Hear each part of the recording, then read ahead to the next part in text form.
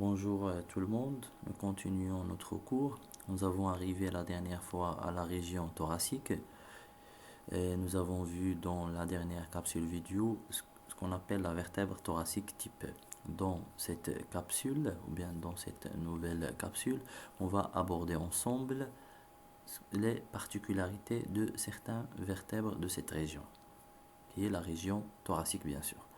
Alors, en ce qui concerne les vertèbres qui présentent les mêmes caractéristiques de la vertèbre thoracique type sont la deuxième vertèbre, la troisième, quatrième, cinquième, sixième, septième, huitième et la neuvième vertèbre qui est T9.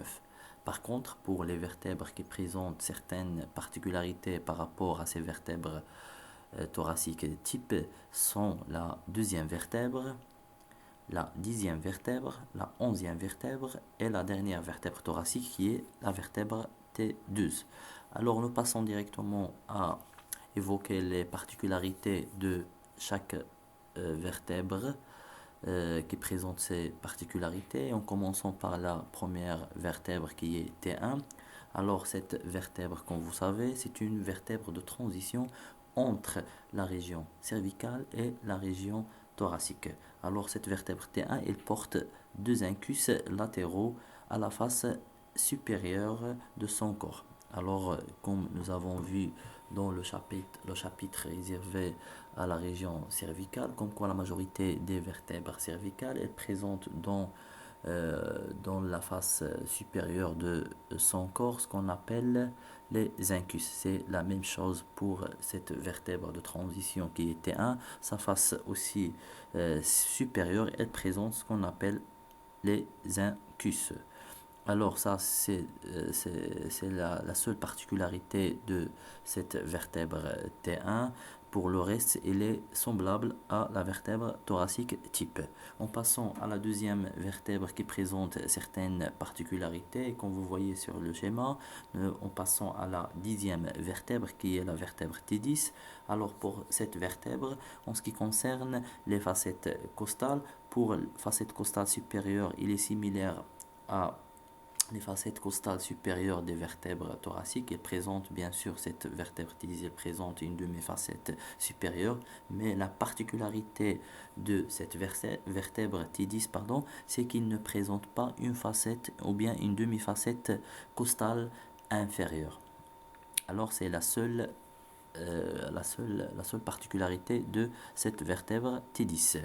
On passe directement à la vertèbre T11 et comme vous voyez toujours sur le schéma, comme quoi cette vertèbre elle présente une seule facette costale et qui est normalement qui est dégagée vers le côté postérieur par rapport aux facettes costales du région thoracique. Alors comme vous voyez ça, c'est la ligne des facettes costales et comme vous voyez la facette costale de T11, elle est dégagée un petit peu vers le côté postérieur. Ça, c'est la première particularité de T11. La deuxième particularité, comme vous voyez sur l'image, c'est qu'il ne présente pas une facette au niveau du processus transverse. Ça, c'est la deuxième particularité. Alors je répète, pour la vertèbre T11, elle présente deux particularités. La première, c'est qu'elle présente une seule facette costale qui est dégagée vers le côté postérieur et qu'il ne présente pas une facette costale au niveau du processus transverse. Je passe à la dernière vertèbre T12. Cette vertèbre, elle présente trois particularités. La première est similaire à la particularité de T11, c'est comme quoi elle présente seulement une seule facette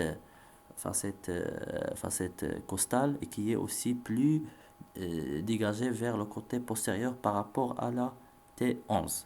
Et la deuxième particularité, c'est aussi comme T11, comme quoi il ne présente pas une facette costale au niveau du processus transverse. Et la troisième particularité ici, c'est qu'il présente, ou bien dans son processus articulaire inférieur et son orientation est similaire à l'orientation des processus articulaires du de la région lombaire, vu que T2 aussi c'est une vertèbre de transition entre la région thoracique et la région lombaire. Et merci de votre attention.